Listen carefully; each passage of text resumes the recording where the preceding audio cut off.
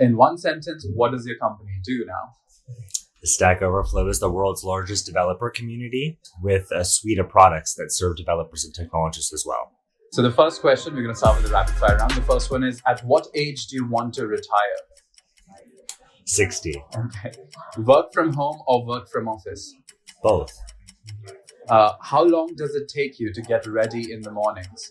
15 minutes. In one sentence, describe to me a problem that your company is facing.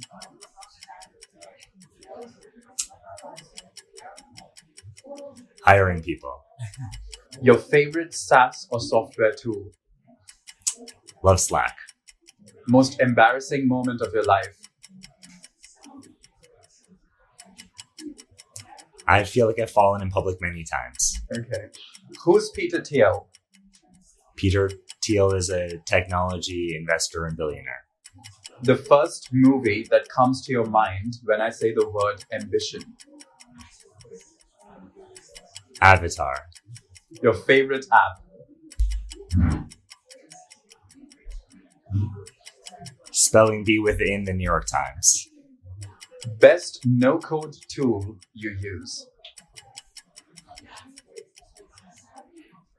I don't know. How many hours of sleep can you survive on? 3. Fill in the blank. An upcoming marketing trend is blank.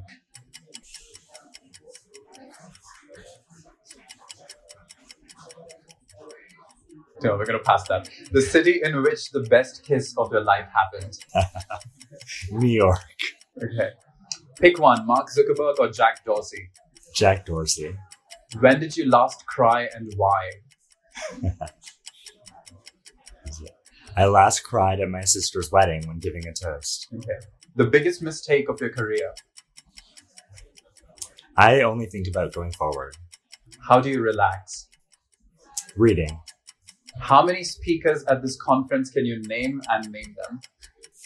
1. My CEO. What's his name?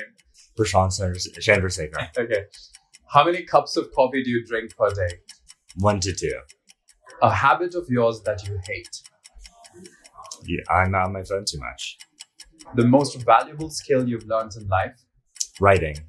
And the last question is your favorite Netflix show? I just watched Heartstoppers. It was great. Okay. All right. So the bigger questions. On your LinkedIn, you explained that you're a full stack marketer. Could you talk a bit more about that?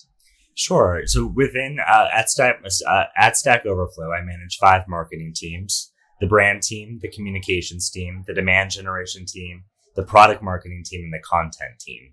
And so one day I can be working with the brand team, solving big challenges around how we frame or position the company. The next day, our ABM strategy for demand generation.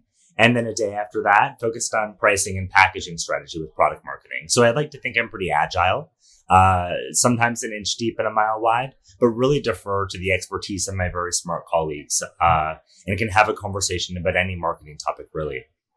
So what's your one advice to someone who's managing an equally big marketing team? How do you manage your time? How do you allocate time you spend between different departments? Well, I think my first piece of advice is always hire people who are smarter than you. Don't be afraid to hire people who are smarter than you, for sure, because you have to defer to the expertise of others. It's not possible to be an excellent brand marketing CMO and an excellent demand generation CMO. So that's 1. 2, with regard to managing time, people ask me all the time, I wake up early. So I manage a highly distributed team. Many folks are on the West Coast or in the middle of the country. And so I get a lot of my work done between 7 a.m. and 10 a.m. because I spend a lot of my day in meetings. That said, I save most of my day on Friday for work time. So I block off time to do work. People know that I don't really do meetings on Fridays, and you have to be highly protective of that time if you want to get things done. Could you explain the term stack itself, as well as Substack, and finally Stack Overflow, for anyone who's confused about what all of these things mean?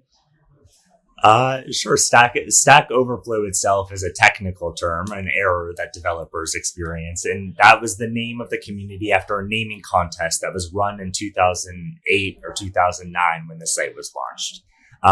And it has nothing to do with the company Substack. It has nothing to do with the company Slack, which we are often confused with. It just, happens to be a pithy, successful name. And how does it must be challenging making such a business model work for an online utility based largely upon the free sharing of advice and knowledge. Yet 2 years ago, your company raised 85 million in investment. How do you explain this magic? I think it's actually not that challenging. We are very fortunate to have a massive community, to have 100 million people that visit our website every single month, making it one of the 200 most popular websites in the world. And so we often talk about this concept of community as a competitive moat. And so what we've been able to do is, in partnership with our community, launch products that they love, have a built-in customer base, built-in evangelists, and whether it's advertising, which we serve to our technical population and continues to grow despite everything, or Stack Overflow for Teams, effectively a private version of the public platform, our products feel very natural. And there's built-in demand given the massive reach that our public site has and has had since 2008. So what are some lessons you've learned from marketing to developers, and why traditional marketing tactics don't work in this field? Yeah, I worked at WPP for a number of years, often working with B2C companies. And when I started working at Stack Overflow, I had managed developers before, but I had not marketed to developers.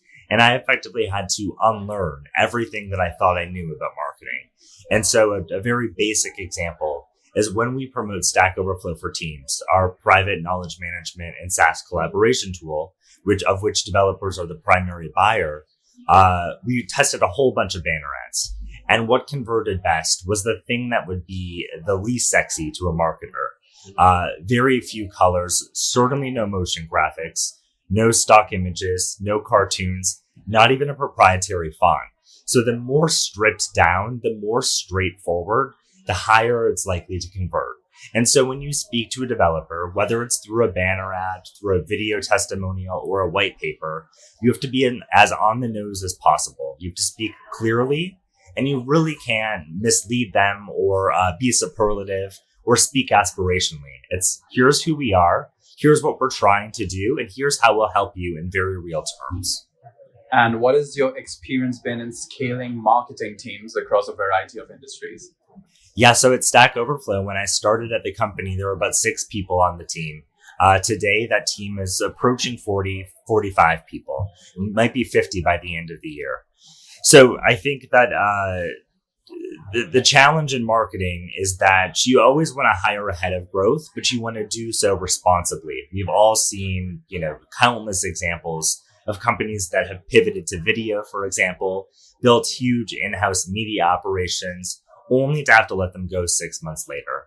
And so what we try to do is very, very clearly define the business case, the KPIs, and the goals for which we are bringing a team or an initiative on board, so that we're not in a position where we have to rein it in down the line.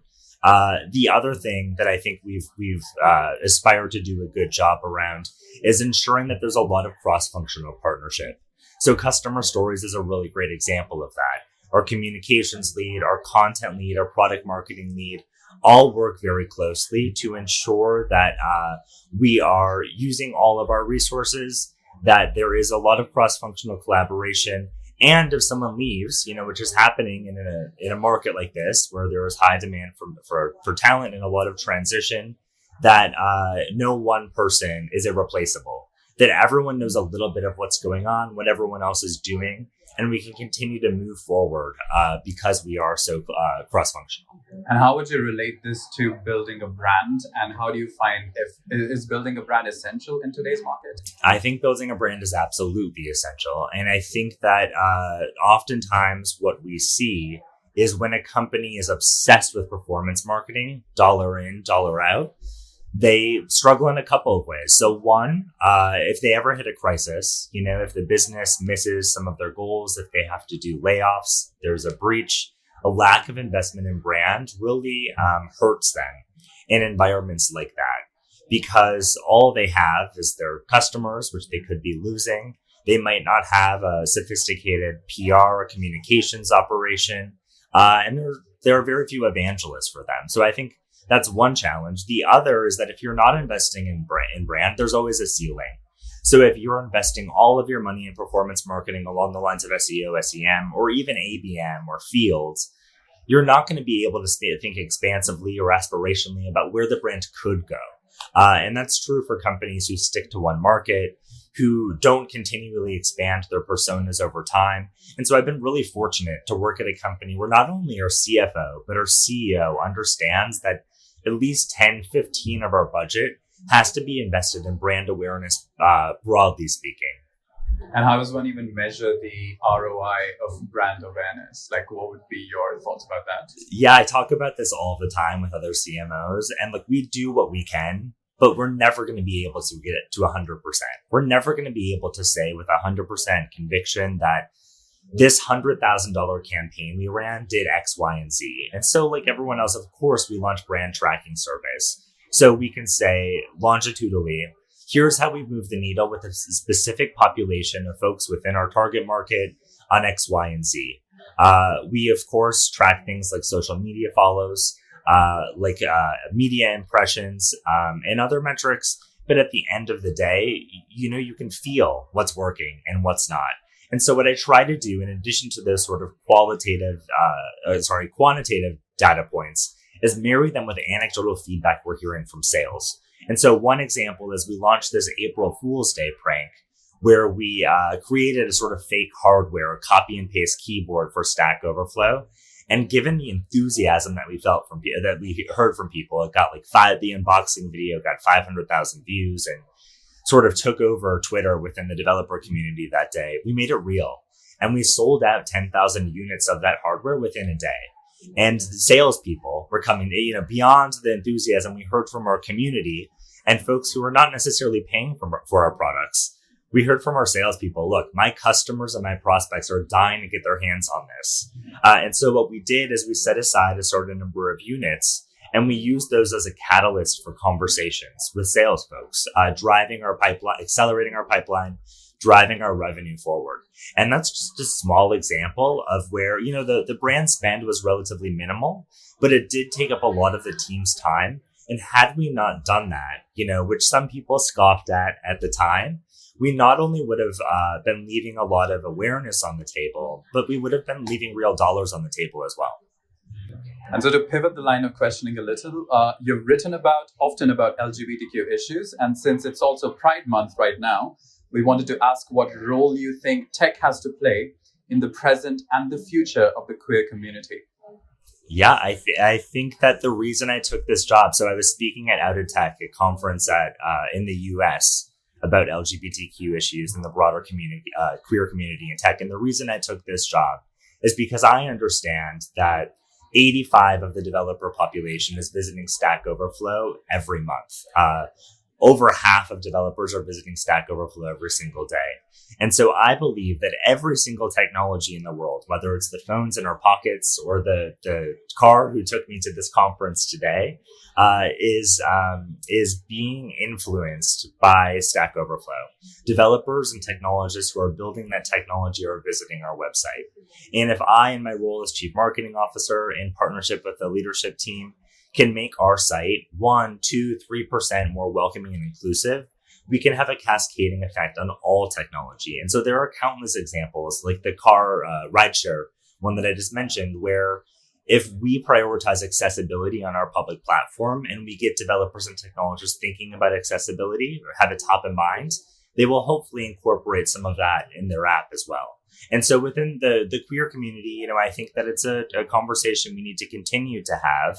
But the more stories we can tell on our platform, whether it's through a blog or behavior on the site, then we're doing good work. And it's important that every single tech company doesn't just change their logo for Pride Month, but that they sort of, one, understand the roles their products can play in making our world more inclusive, and two, that their hiring practices and their employee benefits and policies are written for everyone. And are you staying on for Amsterdam Pride at the end of this month?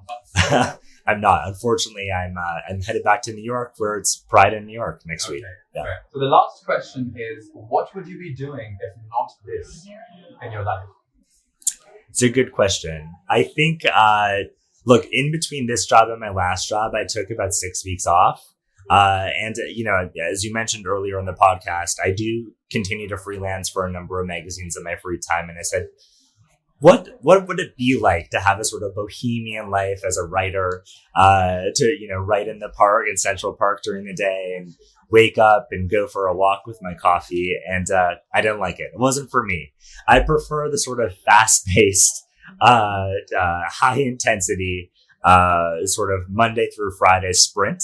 And then that sort of bohemian life, reading, writing, relaxing is better for me on the weekends. And so maybe years down the line, I will retire and write a little more full time. But for now, I enjoy working with a big, highly collaborative team. And I love working for a company where we're reaching millions of people.